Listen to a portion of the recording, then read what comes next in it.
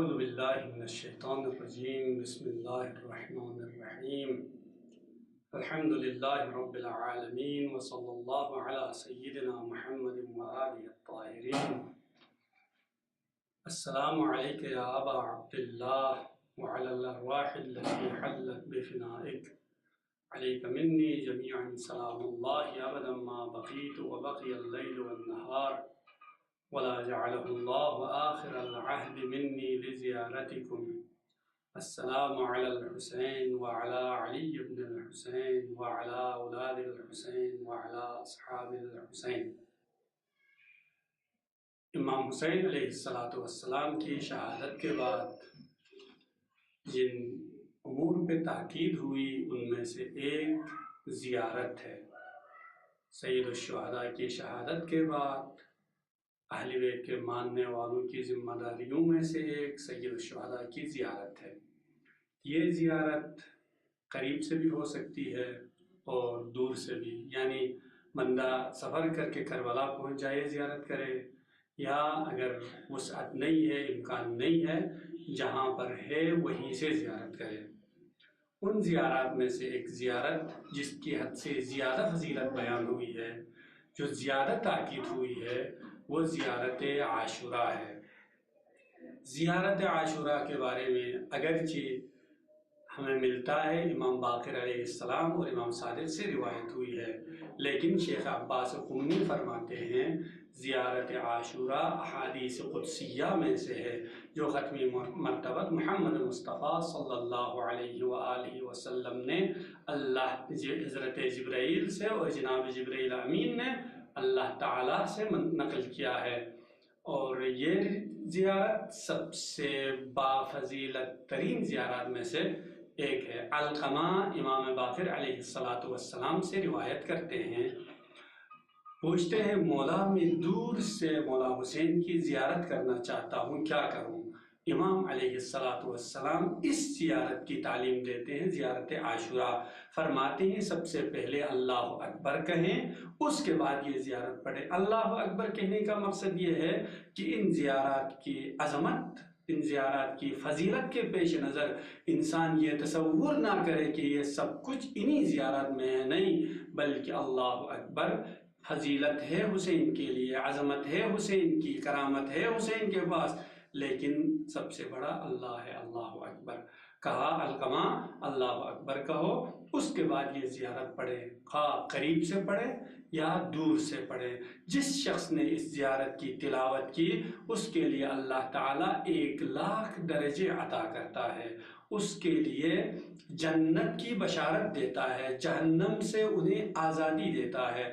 اور اسی طرح ایک اور روایت میں امام صادق علیہ السلام سے روایت ہوئی ہے، امام فرماتے ہیں کہ ان تمام خصوصیات کے علاوہ ایک اور ثواب بھی، ایک اور فضیلت بھی زیارت عاشوراء کی بیان ہوئی ہے، وہ یہ ہے کہ زیارت عاشوراء پڑھنے والا شخص قیامت کے دن اگر کسی کی شفاعت کرنا چاہے، جس کی شفاعت کرنا چاہے، اللہ اس کے لیے یہ مقام دیتا ہے کہ وہ میدان حشر میں قیامت کے دن خود شفاعت کر سکتا ہے۔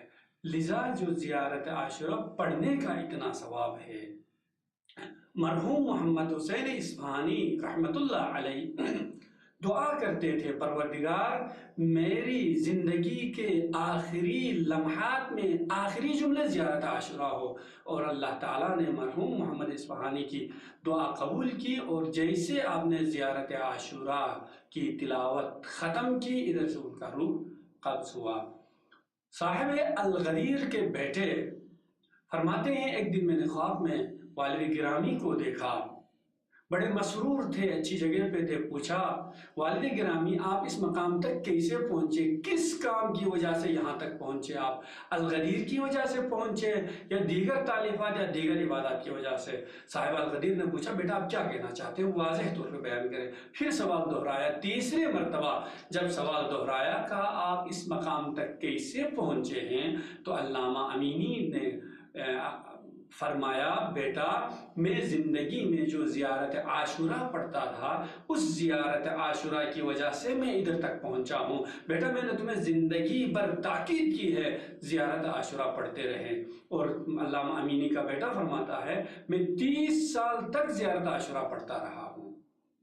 اور اسی طرح آیت اللہ العظمہ شبیری زنجانی فرماتے ہیں سید محمد بجنوردی علی اللہ مقامہ کے بیٹے ایک آنکھ سے معذور تھے، ڈاکٹروں نے کہا اس کی وجہ سے دوسری آنکھ بھی معذور ہو سکتی ہے، لیکن چند دنوں کے بعد اس کی آنکھ ٹھیک ہو گئی۔ کسی کے خواب میں امام کو دیکھا، امام نے فرمایا چونکہ یہ شخص زیارت عاشورہ پڑھتے تھے اس کی وجہ سے ہم نے اسے بینائی عطا کی۔